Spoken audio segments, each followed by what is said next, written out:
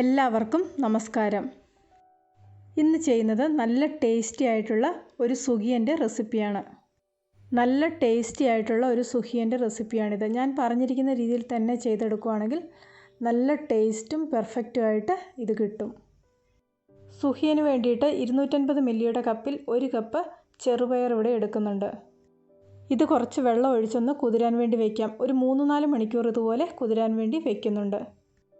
ചെറുപയറൊക്കെ ഇവിടെ നന്നായിട്ട് കുതിർന്ന് വന്നിട്ടുണ്ട്. ഇതിനിയൊന്ന് വേവിച്ചെടുക്കണം.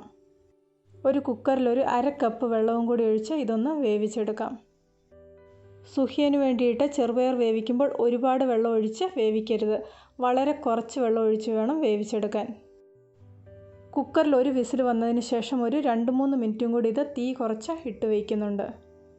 ഞാനിവിടെ ഒഴിച്ച വെള്ളം കറക്റ്റായിരുന്നു. അതുകൊണ്ട് തന്നെ വെള്ളമൊക്കെ വറ്റി ചെറുപയർ ഇവിടെ നന്നായിട്ട് വെന്ത് വന്നിട്ടുണ്ട്.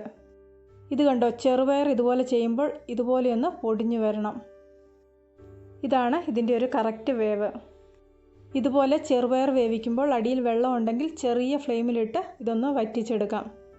ഇതുപോലെ ചെറുപയർ വേവിക്കുമ്പോൾ ചെറുപയർ വെന്ത് കുഴഞ്ഞു പോകാതിരിക്കാൻ വേണ്ടി പ്രത്യേകം ശ്രദ്ധിക്കണം. അങ്ങനെ ചെയ്തിട്ടുണ്ടെങ്കിൽ സുഖിയൻ ചെയ്തു വരുമ്പോൾ ശരിയായിട്ട് വരില്ല.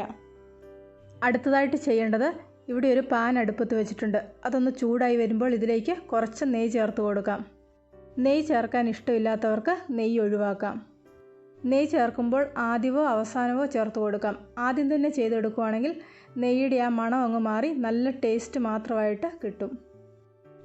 നെയ്യ് ചൂടായി വരുമ്പോൾ ഇതിലേക്ക് ഒരു 1/4 കപ്പ് ശർക്കര ഉരുക്കിയത് ചേർത്ത് കൊടുക്കുന്നുണ്ട്. ശർക്കര ചേർക്കുമ്പോൾ ഇതിൻ്റെ മധുരം നോക്കിയിട്ട് വേണം ചേർത്ത് കൊടുക്കാൻ. ശർക്കരയുടെ മധുരത്തിൻ്റെ കാര്യത്തിൽ സംശയമുണ്ടെങ്കിൽ ആദ്യം ഒരു 1/2 കപ്പ് ചേർത്തതിന് ശേഷം ബാക്കി മധുരം വേണമെങ്കിൽ അത് പിന്നീട് ചേർത്ത് കൊടുക്കാം. ശർക്കരയ്ക്ക് പകരമായിട്ട് പഞ്ചസാര ഉപയോഗിക്കേണ്ടവർക്ക് പഞ്ചസാര ഉപയോഗിക്കാം. ശർക്കര നന്നായിട്ട് ചൂടായി വരുമ്പോൾ ഇതിലേക്ക് ഒരു 1/4 കപ്പ് തേങ്ങ ചിരകിയതും കൂടെ ചേർത്ത് കൊടുക്കുന്നുണ്ട്. 1/4 കപ്പ് എന്ന് പറയുമ്പോൾ 150 മില്ലിയുടെ ഒരു കപ്പിലാണ് ഇവിടെ തേങ്ങ ചിരകിയത് എടുത്തിരിക്കുന്നത്. തേങ്ങ ചിരകിയത് ചേർത്തതിന് ശേഷം തീ കൂട്ടിയിട്ട് ഒരു 2-3 മിനിറ്റ് ഒന്ന് ഇളക്കി കൊടുക്കുന്നുണ്ട്. അതിനുശേഷം ഇതിലേക്ക് വേവിച്ച് വെച്ചിരിക്കുന്ന ചെറുപയർ ചേർത്ത് കൊടുക്കാം. ചെറുപയർ വേവിച്ചെടുത്തപ്പോഴേക്ക് ഒരു 2 കപ്പ് അളവായി വന്നിട്ടുണ്ട്. 2 കപ്പ് വേവിച്ച ചെറുപയർ ഇപ്പോൾ ശർക്കരയിലേക്ക് ചേർത്ത് കൊടുത്തിട്ടുണ്ട്.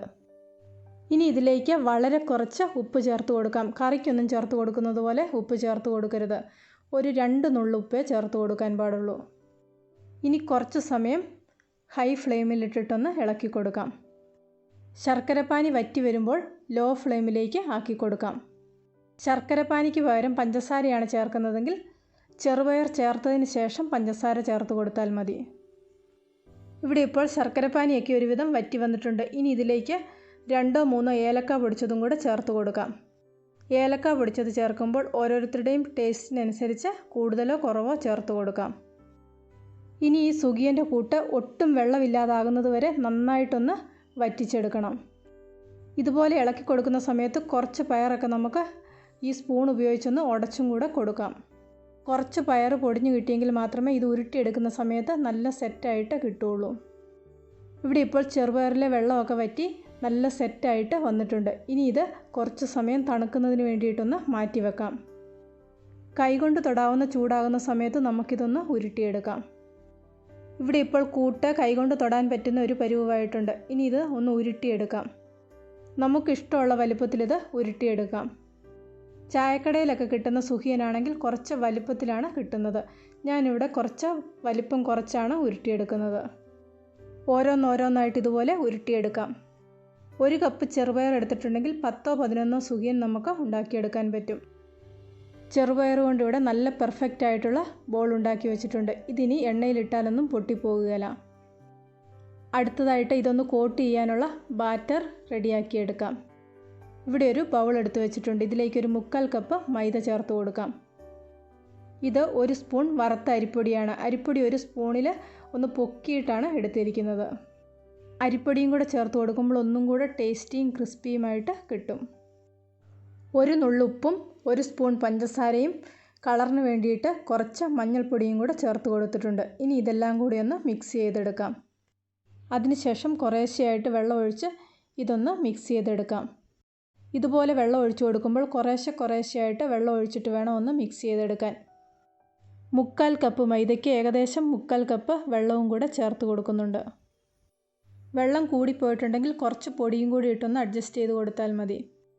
ഒരു സുഖിയൻ ഉണ്ടാക്കി നോക്കുമ്പോൾ വെള്ളം കൂടുതൽ വേണോ കുറവ് വേണോ എന്ന് നമുക്ക് മനസ്സിലാകും. അതിനനുസരിച്ച് ചെയ്തു കൊടുക്കുക. സുഖിയൻ്റെ കോട്ടിങ്ങിനുള്ള ബാറ്റർ ഇവിടെ റെഡി ആയിട്ടുണ്ട്. ഇനി ഇതുപോലെ ചെറുപയറിൻ്റെ ഓരോ ബോളായിട്ട് ഈ ബാറ്ററിലൊന്ന് മുക്കിയതിന് ശേഷം ചൂടായ എണ്ണയിലൊന്ന് വറുത്ത് കോരിയെടുക്കാം. എണ്ണ നന്നായിട്ട് ചൂടായതിന് ശേഷം വേണം സുഖിയൻ ഓരോന്നായിട്ട് എണ്ണയിലേക്ക് ഇട്ട് കൊടുക്കാൻ. അതിനുശേഷം മീഡിയം ഫ്ലെയിമിലേക്ക് മാറ്റാം. ഈ പുറം ഭാഗത്തെ കോട്ടിംഗ് ഒക്കെ റെഡിയായി വരുമ്പോൾ ഇത് എണ്ണയിൽ നിന്ന് കോരി മാറ്റാം. ഓൾറെഡി ഇതിലെ ചേരുവകളെല്ലാം വെന്തതാണ്.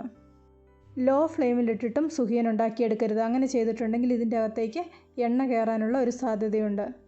വളരെ ടേസ്റ്റി ആയിട്ടുള്ള ഒരു സുഖിയൻ്റെ റെസിപ്പിയാണ്. എല്ലാവരും ഒരു പ്രാവശ്യം ഇതുപോലെയൊന്ന് ചെയ്തു നോക്കുക.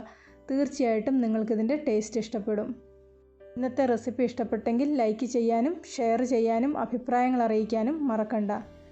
ചാനൽ ഇതുവരെ സബ്സ്ക്രൈബ് ചെയ്തിട്ടില്ലെങ്കിൽ സബ്സ്ക്രൈബ് ചെയ്ത് റൈറ്റ് സൈഡിലെ ബെല്ലൈക്കണും ആക്റ്റീവാക്കി ഓൾ എന്ന ഓപ്ഷനും ഒന്ന് ക്ലിക്ക് ചെയ്യുവാണെങ്കിൽ ഞാനിടുന്ന ഓരോ വീഡിയോയുടെയും നോട്ടിഫിക്കേഷൻ നിങ്ങൾക്ക് അപ്പോൾ കിട്ടുന്നതായിരിക്കും.